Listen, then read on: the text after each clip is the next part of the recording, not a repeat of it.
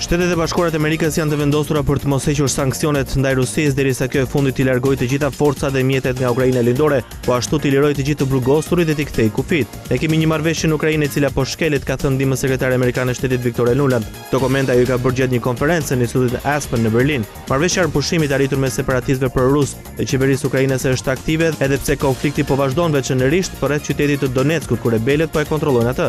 Së fundmi Kremlini ka paralajmëruar takimin mes presidentit rus Vladimir Putin dhe presidentit Ukrainës Petro Poroshenko gjatë një samiti në Itali.